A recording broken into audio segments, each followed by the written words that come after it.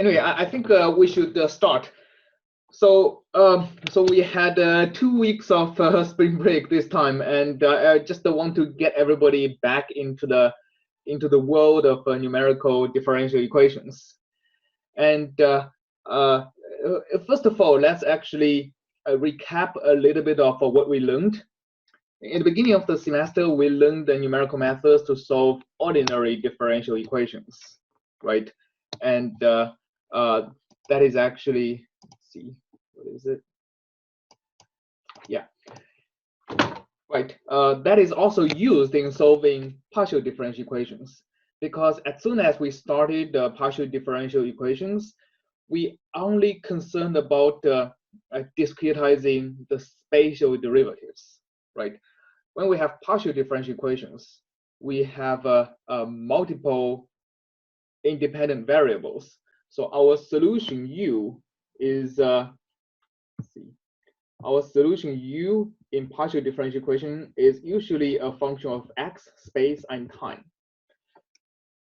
In numerical methods of solving PDEs, we have focused on discretizing only derivative with respect to space and ignore the derivative with respect to time. The result is that after we discretize the derivative with respect to space, what we obtain is a set of ordinary differential equations, which only has derivatives with respect to time. So everything we learned about ODEs is going to be applicable to PDEs after we discretize in space. We have learned so far finite difference and finite volume. Both are methods specifically designed to discretize derivatives in space. And finite difference is probably the most straightforward method to discretize a spatial derivative. And again, we have been focused on using a very simple equation as the prototype for us to be solving partial differential equations. The time derivative plus a constant times a spatial derivative is equal to another constant times a second order spatial derivative. We have went over several possible applications of this equation.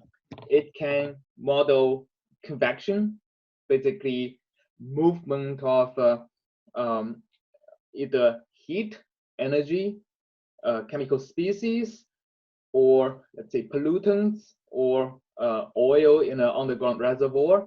It can also model the dissipation of heat, dispersion of basically a lot of different phenomena. And in finite difference, we have been focused on how do we approximate these two spatial derivatives using the solutions on the grid points. So just to remind everybody again, so we have the demo. If we do finite difference demo, if we use a finite difference to discretize a certain function, we have been storing the values of the function on the grid points. And then we go to finite difference, and we have the values of the function u on the grid points. We can approximate du dx, right, using at a grid point I, using, for example, a central difference, ui plus 1 minus ui minus 1 divided by 2 delta x, right? So this is the idea of finite difference. Finite volume is actually totally different. If we discretize the same function using a finite volume, we are not going to be storing the values of the function on the grid points. Rather, we are going to be storing the averaged solution in between the grid points, or in these finite intervals. Okay, and finite volume actually doesn't even directly discretize the kind of a differential equation. Finite volume actually starts by integrating this kind of a differential equation in space. Okay, so finite volume starts by integrating both the left-hand side and the right-hand side of this equation in spatial coordinates, and over an arbitrary interval, let's say L and R. And later, this arbitrary interval is going to be the intervals we use to discretize the space.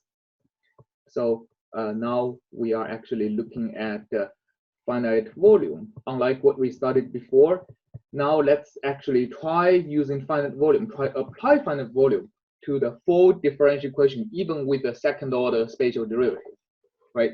We have learned how to apply finite volume to the purely advection equation, but now let's apply finite volume to this advection-diffusion equation with a non-zero kappa on the right-hand side. All right, so we're going to go over the methodology again. So the left-hand side, we have two terms, and we already learned how to integrate these two terms.